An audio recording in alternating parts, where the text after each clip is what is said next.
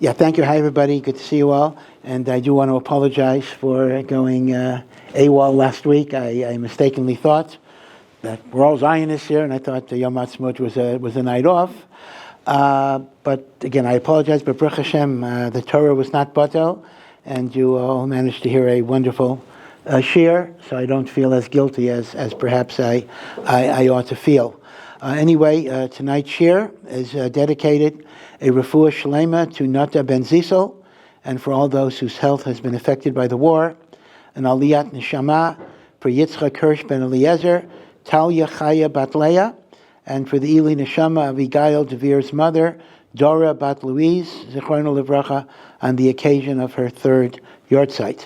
In addition, an anonymous contribution was made for the nitzachon of all of our Chayalim, as well as for the hostages to return safe and healthy to their homes, and Hashem's protection for all of Klal Yisrael, for the Refuah Shelema. I know that's something that all of us share in our tefillas.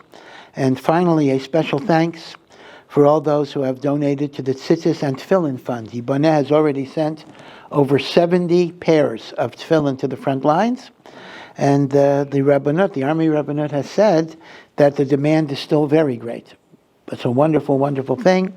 To donate, there's a link on the YIBONEH website, a link below. So once again, it's a great, great mitzvah, and specifically, tefillin are said to inspire fear and reverence of Hashem in the other side. That when the nations see that the name of God is upon you, they will fear you. And Rabbi Eliezer Haggadah darshans, Eilu tefillin shebareish, the tefillin of the Reish inspire Myra. Now granted, perhaps the ideal of the Torah was soldiers would actually wear tefillin going into war. We don't do that for various reasons, but still, spiritually, the tefillin brings in an aura of Kedusha, and that Kedusha still kind of exists even when you take off the tefillin, and that actually causes or helps facilitate a sense of nitzachon in time of milchama. So I'm going to talk tonight about something that actually is connected to the Parsha, but it's more connected to the special event that we have on Sunday.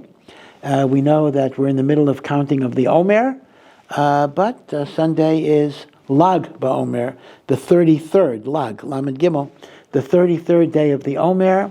And the 33rd day of the Omer, for somewhat mysterious reasons, is kind of the most special day of the Omer.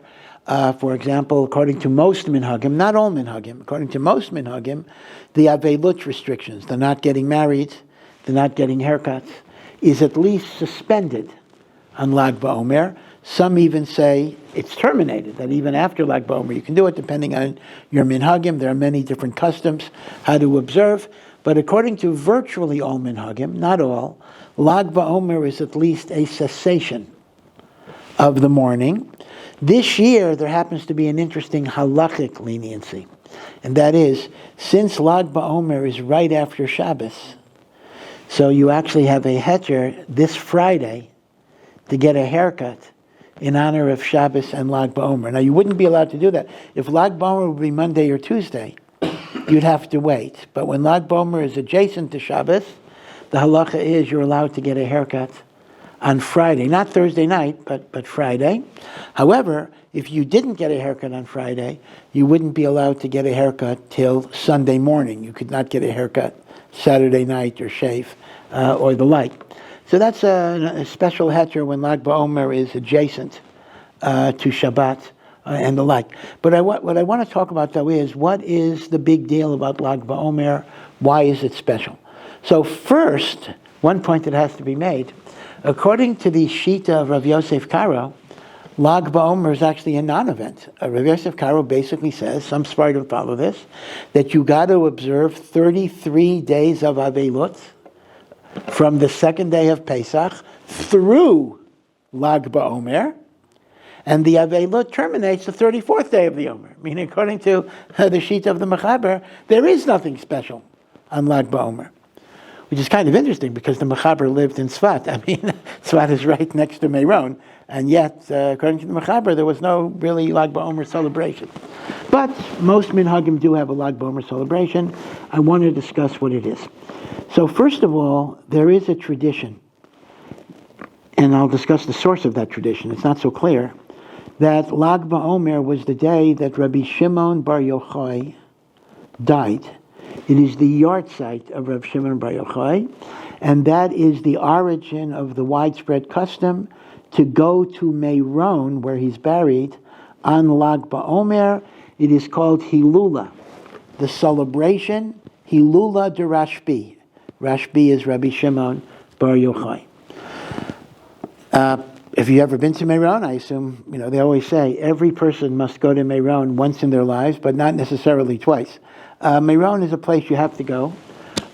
We now have hundreds of thousands of people. 2 years ago, unfortunately, there was a great, great tragedy, but Baruch Hashem, people come back and they've improved some of the safety aspects, and we should hope and pray that no one at all will get hurt in Meron. But it does attract hundreds of thousands of people. Then it becomes a commercial thing. People are selling refrigerators, selling cars. You can buy anything you want in Meron and the like. The joke goes that Meron is so crowded that even Rabbi Shimon bar Yochai leaves for the day. He goes somewhere else. The truth of the matter is, if you were to go to Meron today, you would have the kever all to yourself. I mean, there would be like 10 people there. You could spend hours and hours davening by the kever, saying Tehillim, learning Zohar. Lag BaOmer, in some ways, is the worst day to go to Meron because it's hard to reach the kever and you have to push. I remember when I took my son to Meron, he was around 10 at the time. And I was holding his hand very tightly, holding his arm tightly because we're going through the crowd. But then it's like a tidal wave. You really get, it's scary in some ways, in which I feel I'm losing him, like he's getting out of my grasp. I couldn't let that happen. So I went back to my old football days, and I just, not really, but I just rammed the crowd as hard as I could just to get through. So Baruch Hashem, we emerged in safety. But again, the idea is this is the yahrzheit of Rabbi Shimon bar Yochai. Now, question number one you would ask is a very obvious question. Why would that be a happy event? Yahrzheit. The death of a tzaddik is something that causes pain. Why would this be a joyous day? Because there's another tradition. On the day that Rabbi Shimon bar Yochai died, he revealed before his death the greatest secrets of the Torah. He revealed the light that later became concretized in the Zohar, meaning Rabbi Shimon bar Yochai did not write the book of the Zohar, but the Zohar's core are the teachings of Rabbi Shimon bar Yochai, and this was the light that was revealed on Lag BaOmer, that sometimes a tzaddik can reveal great things precisely when his neshama leaves the world. In the world, he's in the body, he might be limited. As the neshama is leaving, a great light can be revealed. So, therefore, side by side with the fact that this is when he physically left this world, this was the day of the revelation of the Zohar. Now, what's interesting is that some historians have shown that there really is no makar, no authoritative makar, that he died in Lag BaOmer. Because here's the thing. In the Kisvei HaArizal, it does describe a lot. By the way, when I say Kisvei Ari, you understand, it's not really the Arizal's writings. The Arizal wrote very, very little. What we call Kisvei Ari is predominantly Rav Chaim Vital, his disciple, who wrote down teachings of the Ari. So it's not directly the Ari, but it's Rav Chaim Vital. But in the Kisvei Arizal, it describes Lag BaOmer as Yom Shemes Bo Rabbi Shimon bar Yochai. The day that Rabbi Shimon bar Yochai died, Shemes, Shin, Mem, Saf. But it was shown, if you look in the first printings of the Kisvei Ari, It does not say Yom Shemes. It says Yom Simchat, adding a ches. Instead of Shin Mem Saf, it says Shin Mem Ches Saf, which is a bit of an obscure expression, but it means the day of the rejoicing of Reb Shimon bar Yochai, meaning the revelation of the Zohar. In later printings, the ches got dropped by mistake. So instead of the word simchat, you have shemet. So some have actually posited the whole idea that this was his yahrzeit was based on a mistake through a printing error that dropped the chet.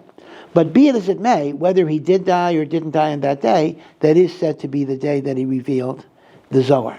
And therefore, with Shimon bar Yochai, it's a day in which we try to connect to the great neshama of Rabbi Shimon bar Yochai. There are many, in fact, virtually all the Lag BaOmer songs that there are Kabbalistic compositions about the greatness of Rabbi Shimon bar Yochai. He was a disciple of Rabbi Akiva. In fact, after the 24,000 students died, Rabbi Akiva started over again with only 5. He was one of the 5. And Rabbi Akiva once said about him, he says, Shimon, the world does not know who you are. It's enough that I and the Almighty know who you are. Rabbi Shimon bar Yochai and his son, Rabbi Eliezer Rabbi Shimon. Now, to understand exactly who Rabbi Shimon bar Yochai was, and therefore what is Lag BaOmer, let me go back to an interesting machlokas in Maseches Brachos. It says in the Shema, V'hayayim Shemoah, if you keep Hashem's mitzvos, He will give you reward. V'yasafta deganecha, you will gather your grain. The Torah promises you, you keep the mitzvot, you will gather your grain. So Rabbi Yishmael says, if the Torah promises you, you'll gather your grain, that means you're allowed to make a living. Meaning, even though there's a mitzvah to learn as much Torah as you can, you're allowed to make a parnasa, which kind of makes sense. You can make a living for your family, which makes sense, right? Well, interestingly enough, Rabbi Shimon bar Yochai couldn't accept that interpretation. He said, gather your grain? If a person is going to plant when it's time to plant, or plow when it's time to plow, plant when it's time to plant, harvest when it's time to harvest, thresh when it's time to thresh, how will he be connected to Torah? So he said, if the Jews are truly doing the will of God, God will take care of them. There's no such concept in his lexicon of having to make a living. I have a job in this world to learn Torah and do mitzvahs, and Hashem will take it. It's God's responsibility to take care of me. Very extreme. Now, Tosos asks the obvious question, though. Rabbi Shimon bar Yochai says that the verse, you will gather your grain, is talking about Jews who are not doing God's will. That's what he says. How could that be? V'hayayim Shemoah, it says, if you do the mitzvos, you will gather your grain. How can you say it's talking about Jews who are not doing the will of God? So Tosos explains, osin the ein osin, meaning to say, of course they're doing mitzvahs. They are doing things, but they're not living at the highest level. The highest level is to forget about all that stuff. God will take care of you. The Gemara then goes on and says, many people followed the path of Rabbi Yishmael. They combined their Torah learning with Parnasa, and God blessed them. They were able to succeed.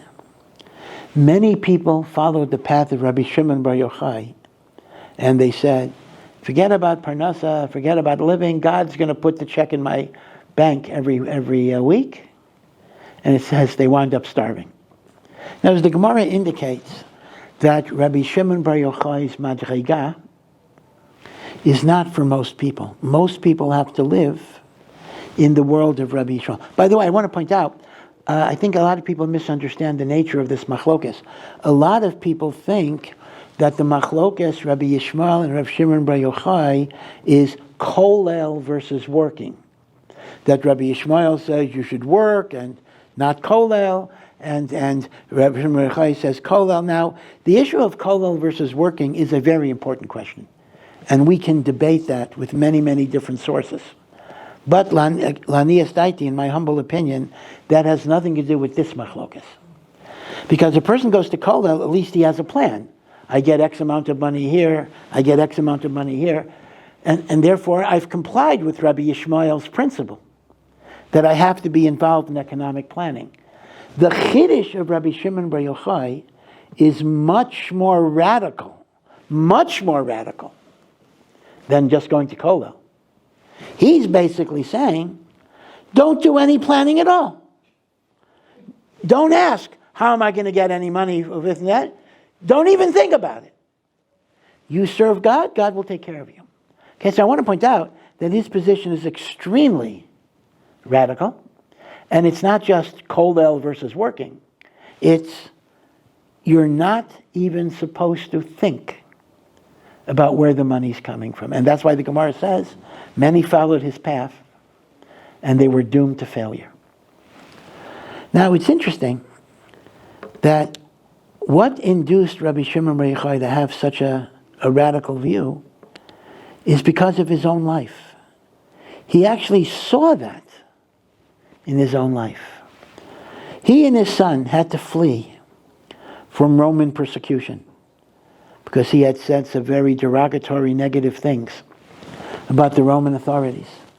So he and his son went into hiding for 12 years in a cave.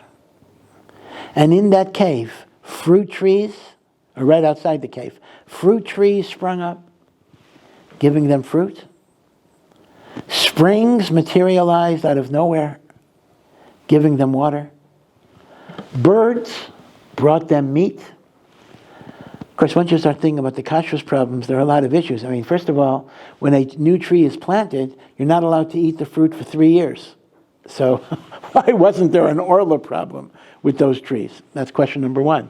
Meat. The birds brought you meat. What hashkachas on the meat? Was there a plumba? Was there some type of sign there? Eida charedis or whatever? Okay. But I'm not going to get into those questions. But the point is, Rabbi Shimon bar Yochai's attitude may even sound a little naive, but he basically said, hey, this is the way God interacted with me. You can be the same way. The Gemara says he was unique, but he was actually generalizing it to everybody. Now, the Gemara then says, after 12 years, he finally got word that the people who were persecuting him died or lost office, whatever it is. He and his son can leave the cave. And he leaves the cave. And he rejoins everyday society. And he sees people working and farmers gathering, and he couldn't believe it. He said, I can't understand this. How can people abandon eternal life for the temporary and ephemeral and the trivial? And he looked at these people, and Chazal say his very gaze burnt them up. Now, again, we're not assuming that he used his heat vision to kill people. He did not intend to kill anybody. I'm absolutely sure of that. But the holiness was so intense that people could not exist. And God said to him, you're not ready for this world yet. Go back into the cave. He went back into the cave for a year. After the year, he came out on Erev Shabbat, and he saw a farmer carrying 2 bundles of hadassim, 2 bundles of myrtle, and he was about to give him his heat vision again. But then he heard the person say, I have 2 bundles in honor of Shabbos. One, keneged, remembering Shabbos to keep it holy, and the other is observing the Shabbos. So Rav Shimon bar Yochai had an epiphany. He realized that even involvement in the world could be holy and noble. So Rabbi Shimon bar Yochai represents a type of attachment to God, an attachment to spirituality that's kind of beyond our level. And it's not even a level we should necessarily try to be. But we need to connect to it sometimes. In fact, I think that's a connection to Shemitah. Because in a sense, Shemitah, in which for a whole year out of 7, the farmer does not cultivate the land, in a way is attaching to Rabbi Shimon bar Yochai on that level. We get to experience, now not we so much, we're not farmers, but the farmer certainly gets to experience something like that, of just totally relying on Hashem. Now, the Vilna Gaon has a very interesting diuk, a very interesting close reading of this. When the Gemara says, many did like Rabbi Yishmael, and they were not successful. They were successful, and many did like Rabbi Shimon bar Yochai, and they were not successful. The Gemara does not say the halacha is like Rabbi Yishmael or the halacha is not like Rabbi Shimon bar Yochai. It simply makes a factual statement. Many people followed Rabbi Yishmael and things were good, and many people followed Rabbi Shimon bar Yochai and it wasn't good. So says the Vilna Gaon, the word you got to underline here is many, many, many. For the masses, for most people, they should not follow Rashbi. But in every generation, the Rambam says, the Vilna Gaon says, there are people who can live at that level, and not only are they permitted to live at that madrega, but Hashem expects them to live at that madrega. The madrega of Rabbi Shimon bar Yochai. It's only harbe asu karashbi v'lo olsa biyadam. Many tried to be like Rav Shimon bar Yochai, and they were not zeicha. That is what is condemned. But for Yechidim, it may be the appropriate midah.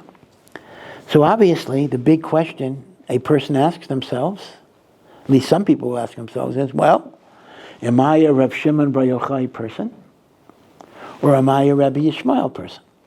Now, I can tell you off the top that it's very clear from the Gemara that most people are Rabbi Yishmael people. But how do I know? Maybe I'm a Rav Shimon bar Yochai person. So I want to point out the following. To be a Rabbi Shimon bar Yochai person, it's not enough that you like to learn. And it's not enough that you enjoy learning. And it's not even enough that you're a very devoted learner. Essentially, to be a Rav Shimon bar Yochai person, you have to be a person whose, number one, emunah in Hashem is so great that God will take care of me and I don't worry. Once I worry, that kind of shows I'm not on that level. A person who doesn't worry. And the second is a person who is happy, not just tolerates it, but is happy to live the simplest life that's possible. Because when Rav Shimon bar Yochai says God's going to take care of you, he doesn't mean he'll get you air conditioning, and he doesn't mean he'll get you an SUV, and he doesn't mean he'll get you, a 5-bedroom apartment. He'll get you bread and water. If you're happy with bread and water, when I say you, I include wife and children. I don't just mean the person on his own. If the family is happy with bread and water, then yeah, God will give them bread and water. It's like the story, somebody came to the Brisker Rav and said he has to leave Kailel because he has to put food on the table. So the Brisker Rav asked him, do you have bread? He says, I have bread, yeah. Do you have margarine? He says, yeah. Bread and margarine. You have food on the table. What do you mean you have to put food there? That's food on the table. But most of us can't live that way. Most of us would be embittered. Most of us would suffer. If you suffer, it's kind of a proof. Now, the point is you don't force yourself into that modality because that's fake. That's not real. So not only is it not real, but you're condemning yourself to misery. But if a person reaches a level, and there are people like that, Yechidim, in which they really don't care. They're happy. They're sameach b'chalkai mamish. There is such a midah of Rav Shimon bar Yochai. What the Vilna Gaon is teaching. So it's not simply, I like to learn, so I want to, I don't want to seek parnasa the rest of my life. That's not enough. It has to be a certain level of emunah and a certain level of what's called histapkut b'muat. I'm happy with very, very little. And then Hashem will take care of you one way or the other. So the Vilna Gaon's Chiddush, again, what's the Vilna Gaon's Chiddush? The Vilna Gaon's Chiddush is that when the Gemara rules out Rabbi Shimon bar Yochai, it is ruling it out for the many. But for the Yachid, there are Yechidim who can indeed live on that level. The Brisker Rav has a wonderful, wonderful proof to the Vilna Gaon's Yesod. The Vilna Gaon doesn't bring this proof, but this is such a wonderful proof, a little technical, but I have to share it with you. It's a proof from the last Mishnah in Maseches Kedushin. Those of you who have learned Kedushin might remember that the last Mishnah is a very, very long Mishnah. And it's not about marriage at all. It's just the general teachings about life. And it starts off with a teaching by Rabbi Meir. Rabbi Meir says, a parent should always teach his child umnis, a profession, a job talent, nikiyah, that's clean. Clean probably means honest. That's honest. V'kala, and relatively easy, so it doesn't take up, 18 hours a day. Teach your kid a job, or at least pay for his education, so he can get a job. That's Rabbi Meir. Rabbi Nehurai, a few lines down, says, nah. He says, I would forget about every job in the world, and I would only teach my son Torah, nothing else.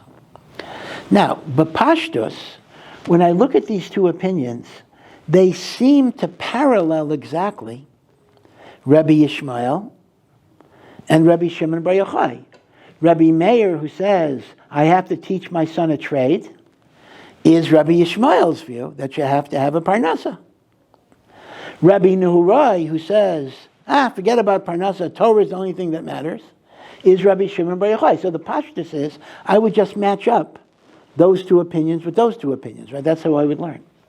But here's the problem. The problem is, the Gemara in Eruvin tells us, Nehurai and Meir are the same person.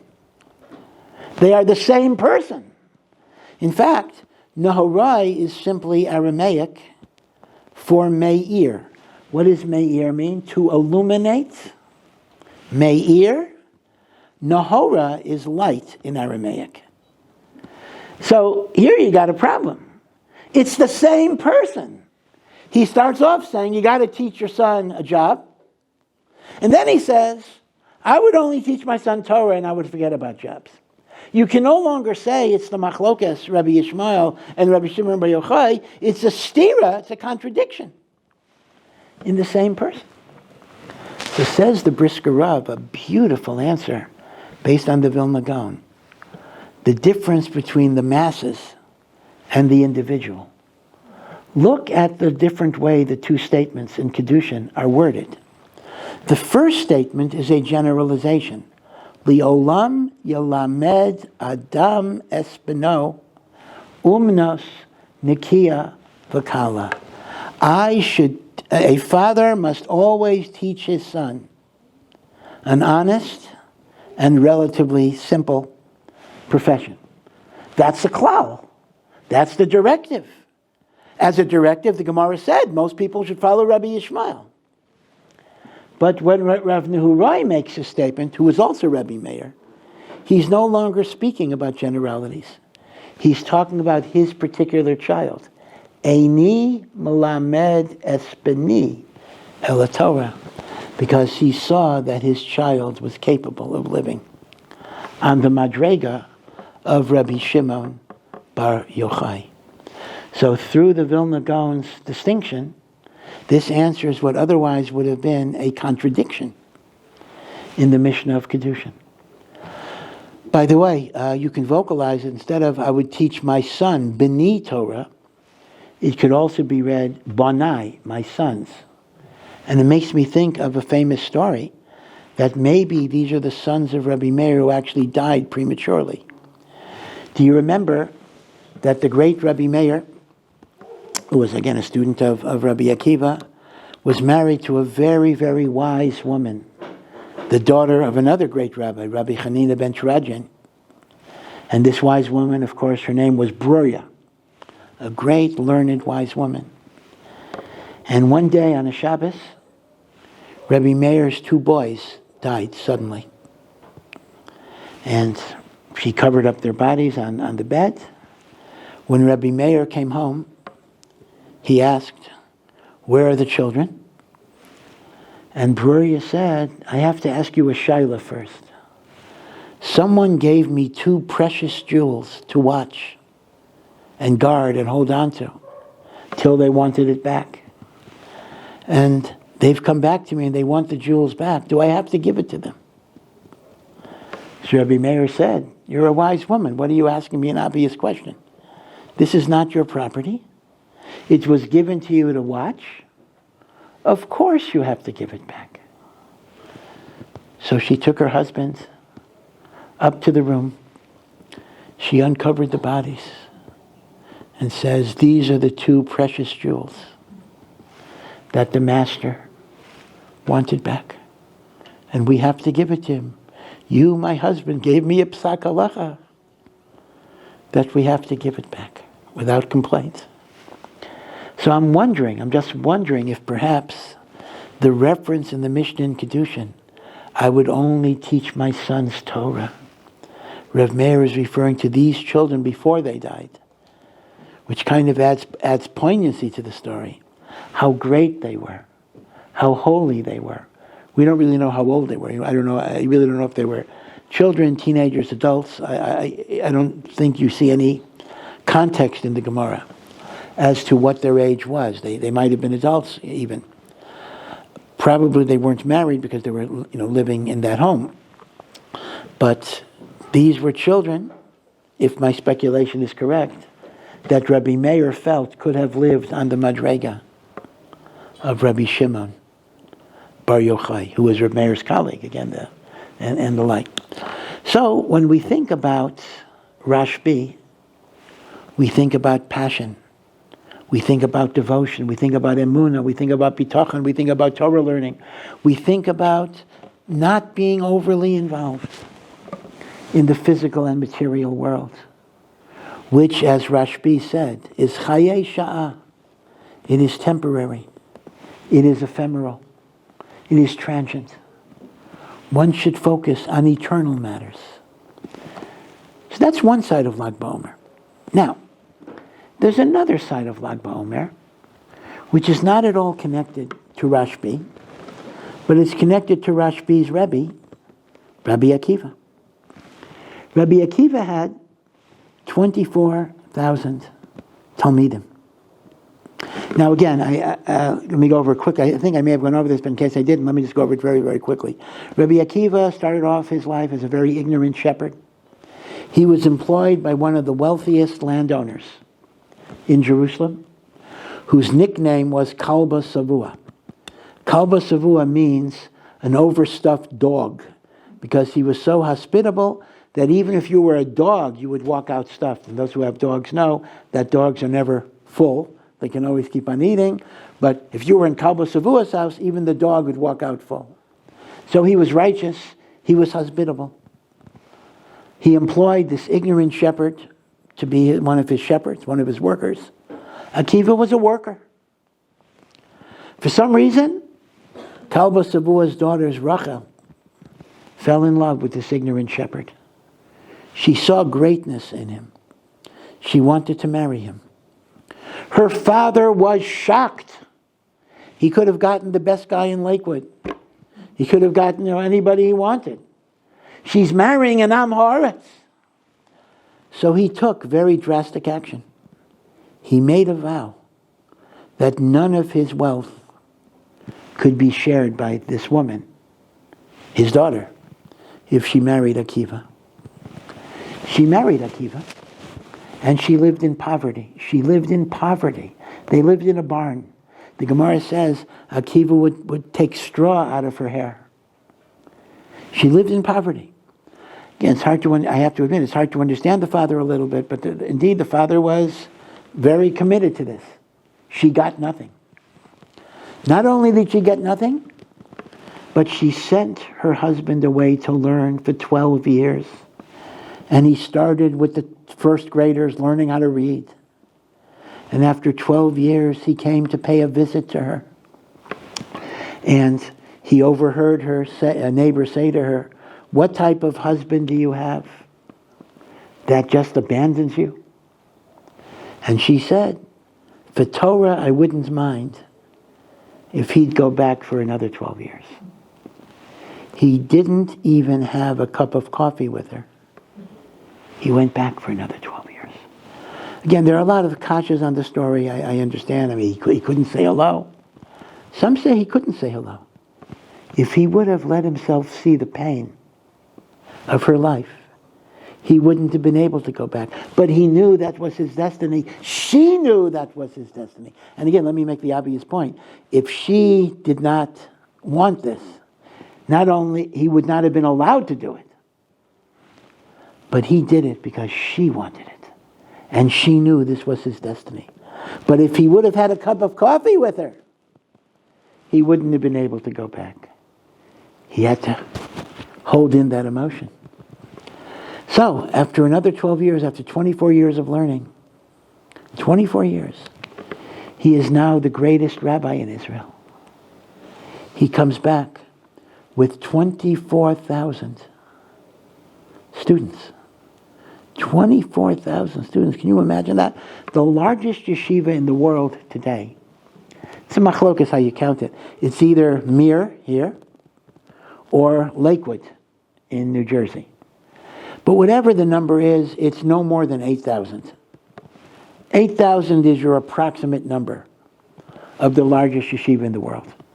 And 90% of yeshivas are much smaller than that. This is the absolute largest, is 8,000. He had 24,000. And they come back. And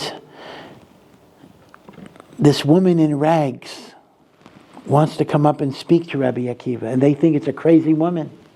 They don't want to let her talk, but he knows who it is.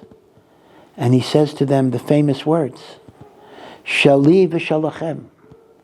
Everything I am, everything you are, Shalah, is all hers. Without her, there would be nothing. The Gemara has a bit of a humorous aside where her father, who does not know this is his son-in-law, finally wants to get released from his vow. Finally, after 24 years, he feels sorry enough for her. And he goes to Akiva, thinking Akiva's a great rabbi. He doesn't know it's his son-in-law. And says, "Can you release me from a vow?" So in order to get released from a vow, you have to identify, had you known a certain thing, you wouldn't have made the vow. So he asked him, had you known that your son-in-law would be learned, would you have made the vow? He said, learned? If I would know that he'd know how to read, I wouldn't have made the vow. So Akiva said, the vow is permitted. And from that point on, they shared. Rabbi Akiva and his wife became wealthy through Kalba Savua's benevolence. So, if you look at it just from the woman's perspective for a moment, can you see what this meant to Rachel? All the years of sacrifice, all the years of suffering, all the years of deprivation, they're worth it. Look at what was accomplished. Look at what she accomplished. 24,000 people who will be the leaders, the teachers, the perpetuators of Torah. It's a beautiful, beautiful, beautiful story. But it's not the end of the story. Chazal tell us that 24,000 students, those students, they died. We don't know exactly what date, what year. They died in a plague between Pesach and Shavuos. And that is the reason why we observe mourning, not getting married, not getting haircuts, because of the deaths of the students of Rabbi Akiva. Now, 24,000 students, Torah students, great Torah students, is of course a tragedy. But once again, I want to personalize it a little bit.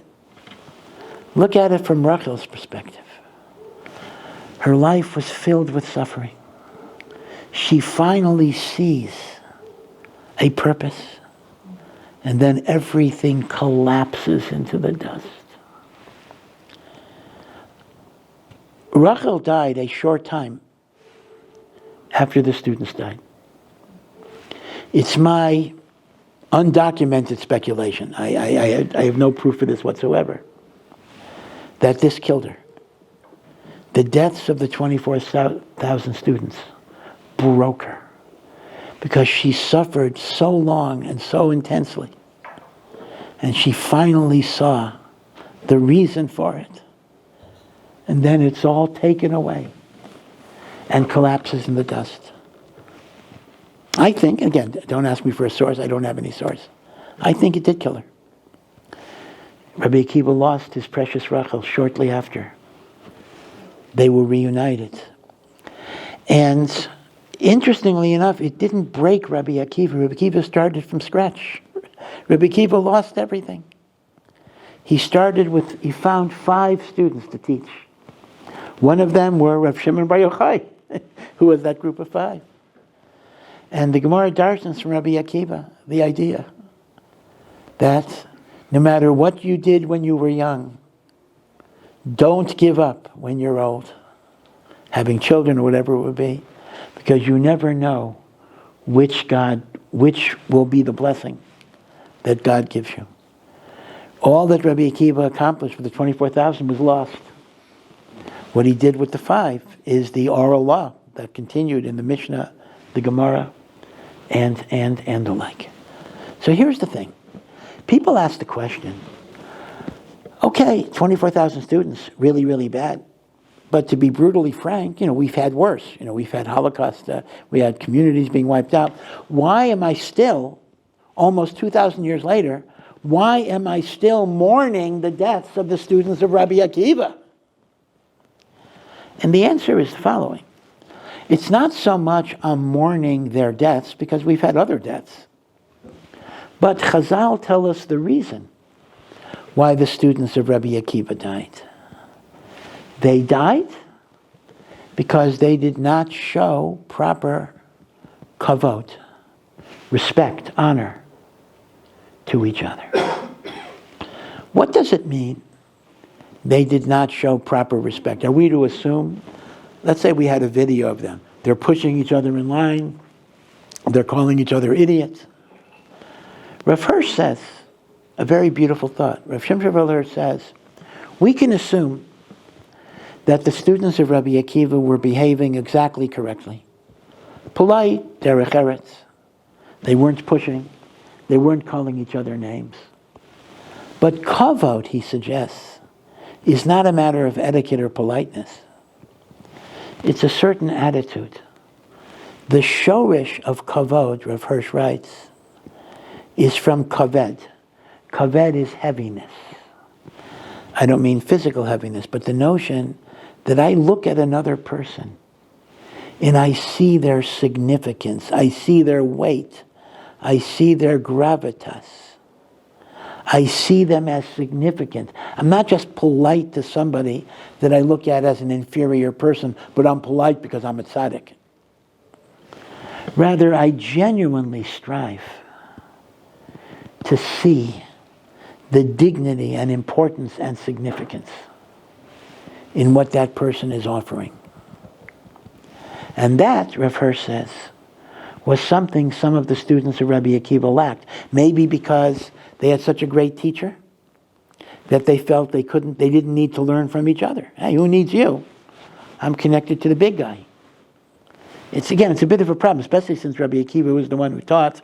We discussed 2 weeks ago, V'ahavta l'recha kamocha is the great, great principle of the Torah. How could his students be guilty of not having that kavod for each other? But this is Rav Hirsch's understanding.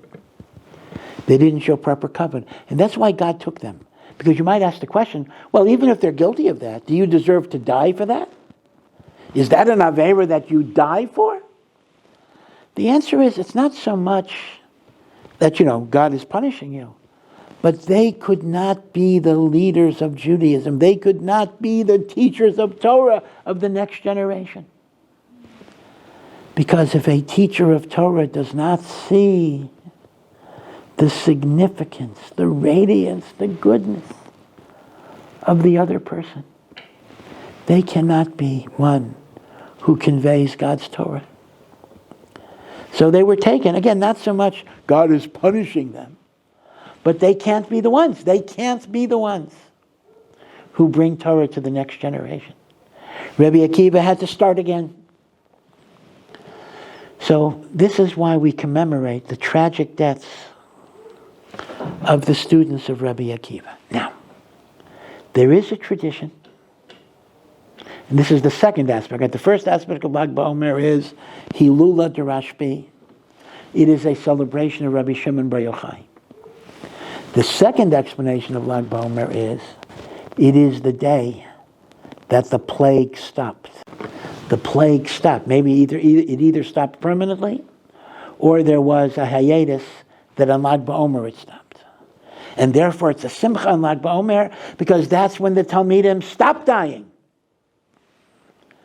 So now I want to explain Kabbalistically, why would it be Lag BaOmer that would be the date? Why? Why would their death stop on Lag BaOmer? So here, I need to be a little Kabbalistic. I'll try to be as simple as I can. We know that we have 10 spheros, 10 energy centers through which God interacts with the universe. The whole universe, the multiverse, everything. And the first three are God's, what you might call mental operations. Keser, crown, wisdom, understanding. So we don't really deal with that. But the lower 7 are emotional, behavioral attributes. Chesed, loving kindness. Gevura, inner strength. Tiferet, beauty. Netzach, eternity.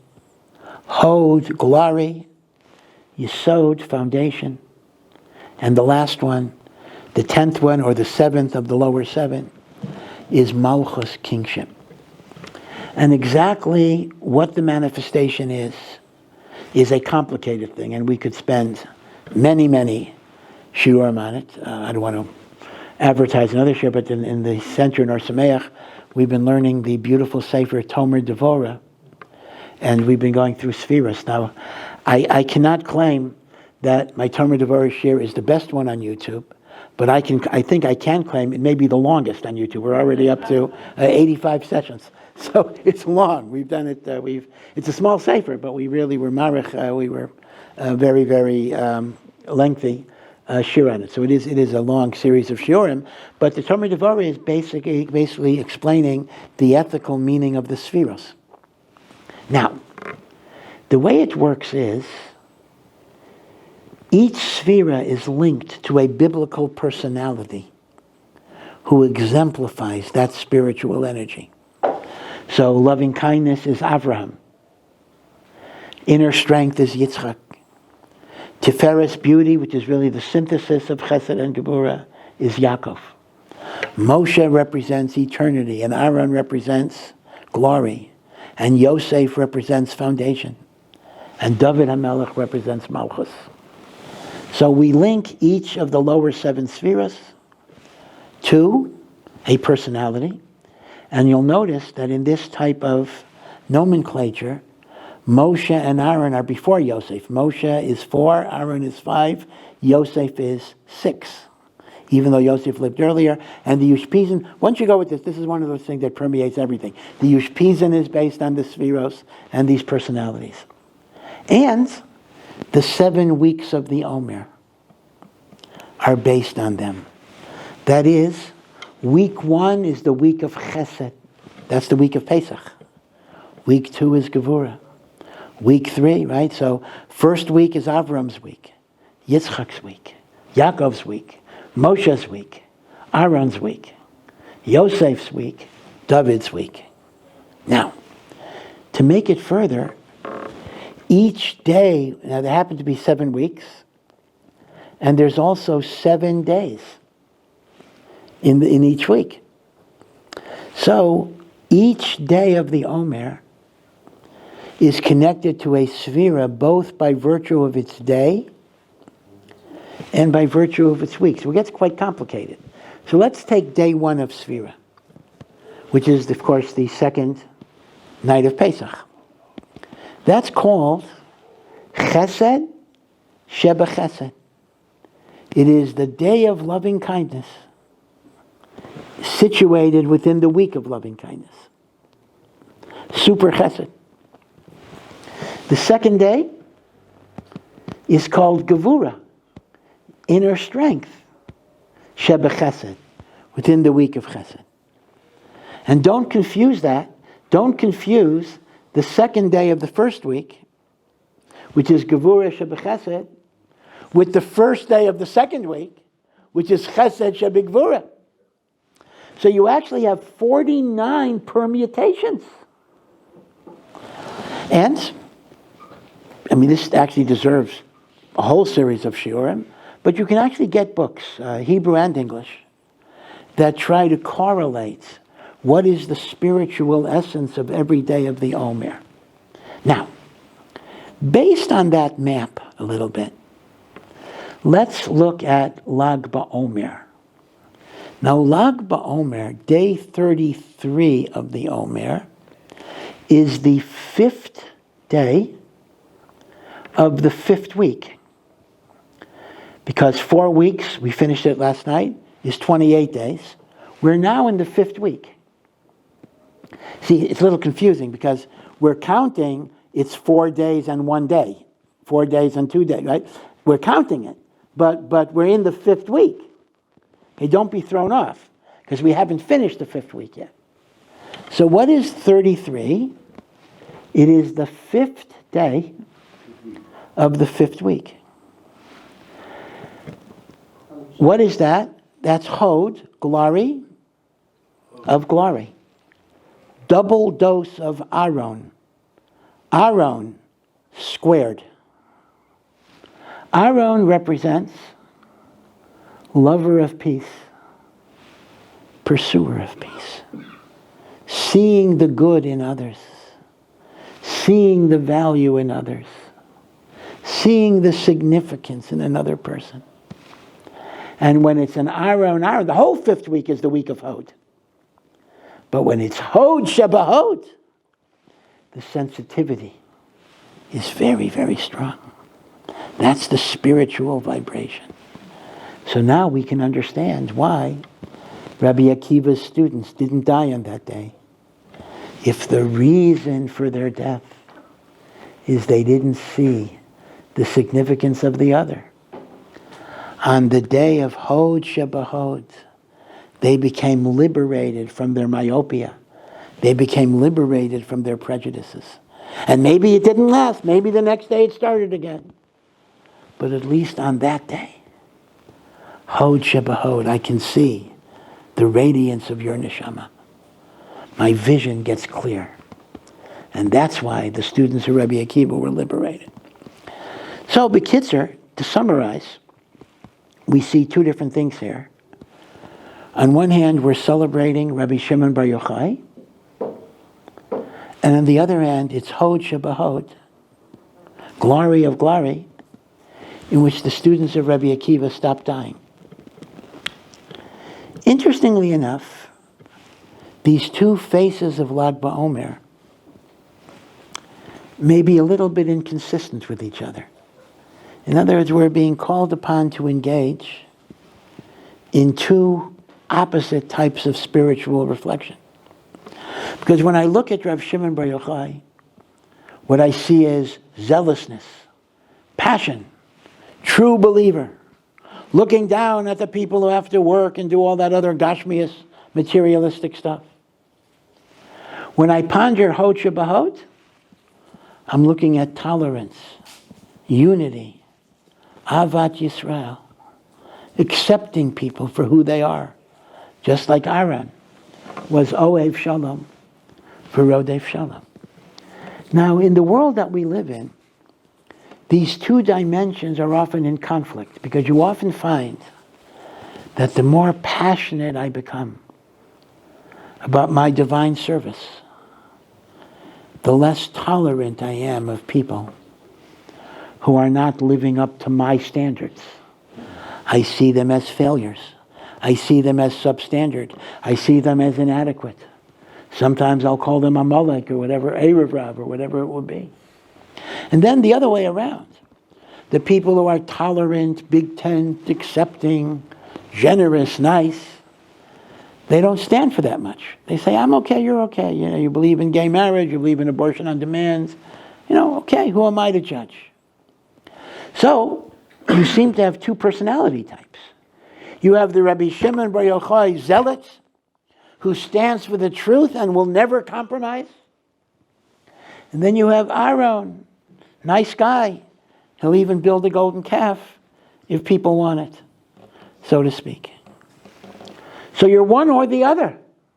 And you look around. Some people are the zealots, and some people are the nice guys. But the two faces of Lag BaOmer teach us something very, very important. These are not supposed to be contradictions. You have to integrate and synthesize both dimensions. Passion, devotion to truth, not compromising your values, understanding the primacy of Torah learning and mitzvahs over everything. And at the same time, looking at people with kindness, with tolerance, with acceptance, with respect for where they are, and to see the good in them. And these are not meant to be contradictions of an either or. They're not binary choices. You got to be both. And indeed, in some ways, this whole talk is a commentary on a single biblical verse in the Navi Zechariah. Ha'emes v'hashalom ehovu. A Jew must love truth, and a Jew must love peace. The Kotzker Rebbe used to say, it's easy to love truth if you don't care about peace. And it's easy to have peace if you don't care about truth. If I don't care about truth, I can get along with anybody. The challenge in life is to love truth and love peace. And this, I would suggest, are the two themes in Lag BaOmer. The Rabbi Shimon bar Yochai is connecting us to truth, and the glory of glory with the students of Rabbi Akiva not dying connects us to the importance of Shalom. And therefore, in Lag BaOmer, we think about both of those ideas.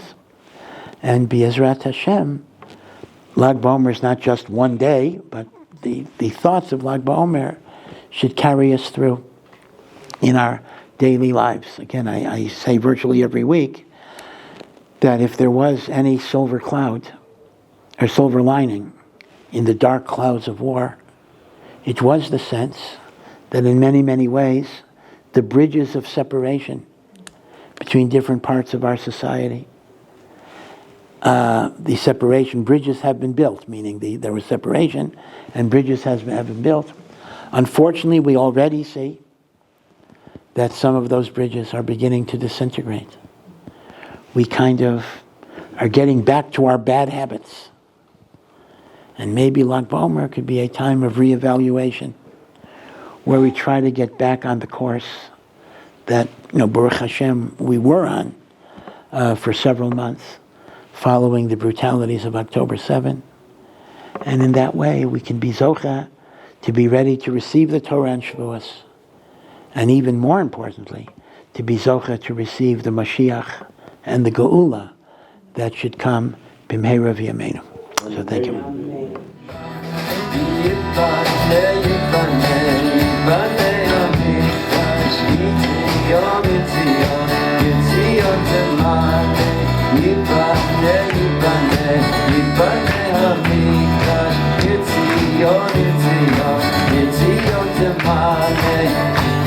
Neshama